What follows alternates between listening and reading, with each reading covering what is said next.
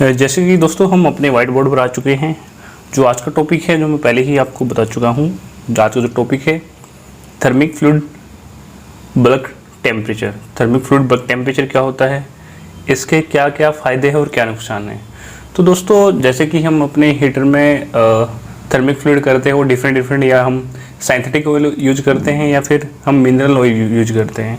तो दोस्तों वो डिपेंड टू टेम्परेचर रिक्वायरमेंट है, किस प्रोसेस का किस तरीके का टेम्परेचर रिक्वायरमेंट है, अकॉर्डिंग टू दैट क्या है हम क्या है थर्मिक फ्लूइड ऑयल हम यूज करते हैं। तो दोस्तों यहाँ पे मैं आपको बताना चाहूँगा कि जो थर्मिक फ्लूइड बल्क टेम्परेचर क्या होता है। मैं एक छोटा सा एग्जांपल लेके आपको बताऊँगा। जो हम आज का जो एग्जांपल ले रहे हैं वो हमारा क्या है, जो हमारी कंपनी है वो सेल है और क्या है ग्रेड कौन सा है, S2।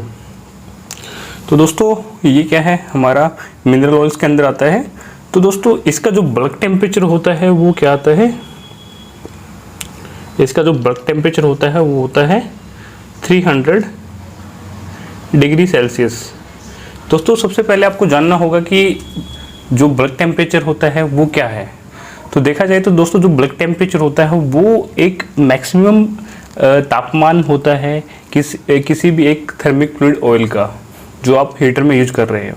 तो दोस्तों ये एक मैक्सिमम टेम्परेचर वो टेम्परेचर है जिस पे हम जो हमारी एज पर मैन्युफैक्चरर जो अपने ऑयल मैन्युफैक्चरर सेल है, वोल्वोलिन है, बहुत सारे मैन्युफैक्चरर है इस थर्मिक फ्लूइड ऑयल के।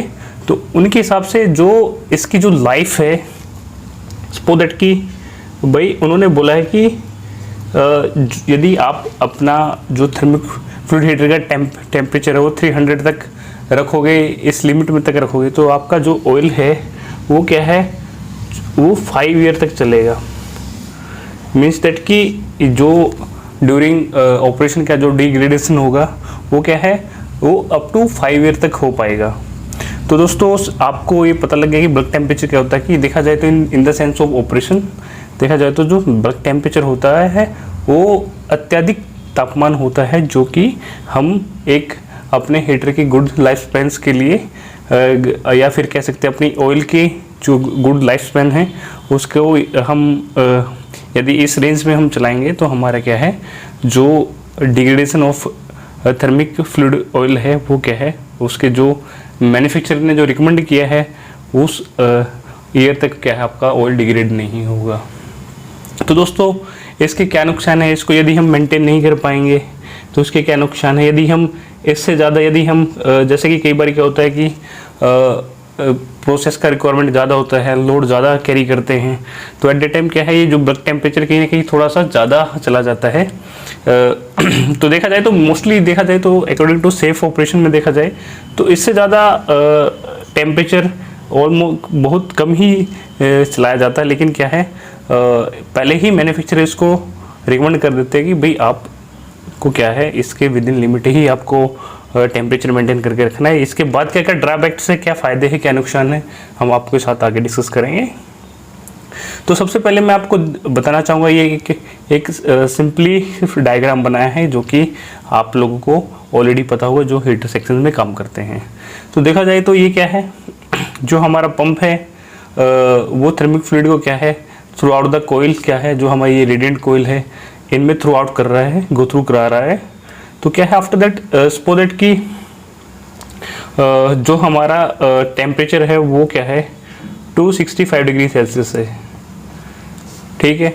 तो क्या है ये देखा जाए तो एक प्रोसेस की रिक्वायरमेंट है, एज एग्जांपल मैं यहाँ पे ले रहा हूँ कि एक प्रोसेस की रिक्वायरमेंट है 265 डिग्री सेल्सियस टेम्परेचर रिक्वायरमेंट है। तो क्या है हम क्या है जो हमारे हीटर से क्या है हम जो इसका आउटलेट है वो क्या है हम 265 डिग्री सेल्सियस मेंटेन करके हम प्रोसेस को दे देते हैं।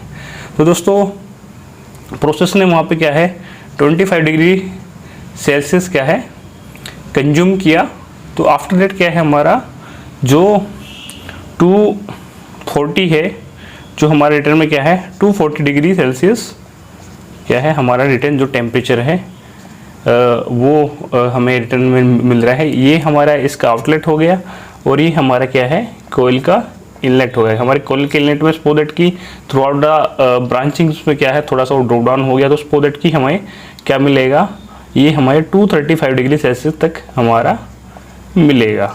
तो ये एज ए सिंप्लीफाइड करने के लिए मैं आपको ये डायग्राम बता रहा हूँ कि इस तरीके से क्या है ऑयल हीटअप होता है और क्या है प्रोसेस में हीट एक्सचेंज करने के बाद रिटर्न में हमें मिलता है।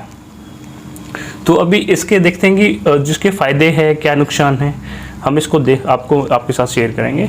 तो यहाँ पे आपको दो टर्म जाननी पड़ेगी। सबसे पहले है बल्क टेम्परेचर, जो कि मैंने ऑलरेडी आपको बता दिया। एक होता है फिल्म टेम्परेचर।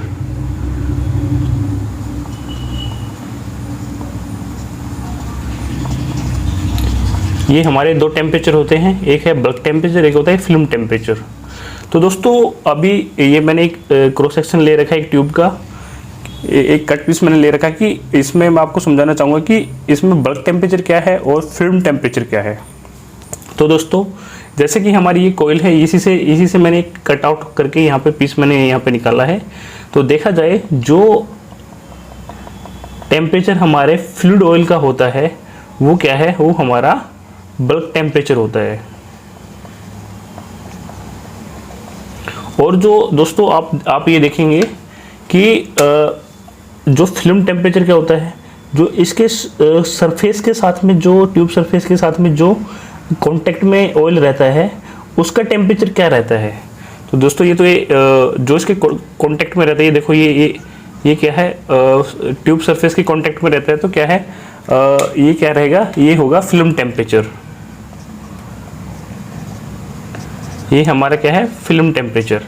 तो देखा जाए जो हमारा फिल्म टेम्परेचर क्या है, जैसे कि है जो हमारा क्या है बल्क टेम्परेचर क्या है, वो 300 डिग्री है सेल्सियस है सो दैट, लेकिन इन दिस केस में क्या है हमारा 265 डिग्री सेल्सियस, जो कि हमारा प्रोसेस का जो रिक्वायरमेंट है, ठीक है, वो क्या है 265 है। लेकिन देखा जाए तो जो हमारी हीट है, जो ट्यूब के आउटसाइड में जो हीटअप हो रखा है, तो जो इसके कांटेक्ट में जो ऑयल फिल्म है, यदि फिल्म की तरह तो हम बात करें तो क्या है, फिल्म को हम कह सकते हैं चद्दर, या फिर एक फिल्म एक पतली सी एक स्लीव की तरीके से आप कंसीडर कर सकते हैं। देखा जाए तो इनकी जो विस्कोसिटी होती है, ठीक है, ये जो हमारी विस्कोसिटी होती है क्या है, वो डिफरेंट टेम्परेचर पे क्या है, डिफरेंट होती है। तो देखा जाए तो क्या है, जो ये हमारी जो फिल्म टेम्परेचर है, तो क्या है, ये मोर रेजिस्टेंस है। मतलब कि जो ट्यूब के सरफेस के साथ क्या है, ये मोर रेजिस्टेंस है।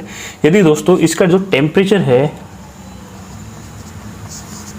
यदि टेम्परेचर है इसका यदि हायर जाएगा, तो दोस्तों क्या है, इसकी क्या है, वेलोसिटी भी हायर होगी। मीन्स दैट कि जो इसके इन बिटवीन क्या जो फ्रिक्शन है वो क्या है, जो रेजिस्टेंस है वो क्या है, कम रहेगा। और यदि दोस्तों देखा जाए तो जो टेम्परेचर क्या है, यदि अपना टेम्परेचर डाउन चला जाता है इन दैट केस, तो इसमें क्या होगा दोस्तों कि जो हमारा रेजिस्टेंस है वो हाई होगा, क्योंकि जो विस्कोसिटी है वो धीरे धीरे डाउन आती रहेगी। वो क्या है, ट्यूब सरफेस और क्या है फिल्म के जो कांटेक्ट में जो रेजिस्टेंस क्रिएट होगा वो क्या है, वो ज़्यादा रहेगा। तो दोस्तों देखा जाए तो टेम्परेचर, एक तो देखा जाए तो ये टेम्परेचर डिपेंडेंट है, viscosity. Watching this video don't forget to subscribe this channels, क्योंकि इस चैनल को आपको सब्सक्राइब कर लेना चाहिए, क्योंकि इस चैनल पर मैं पावर प्लांट ऑपरेशन और मेंटेनेंस से लेकर वीडियो बनाता रहता हूं, जो कि आपके आने वाली करियर ग्रोथ के लिए काफ़ी हेल्पफुल हो। यदि आपने अभी तक सब्सक्राइब नहीं किया तो प्लीज़ नीचे सब्सक्राइब बटन पर क्लिक करके इसको सब्सक्राइब कर लीजिए और बेल नोटिफिकेशन को दबाना मत भूलिए।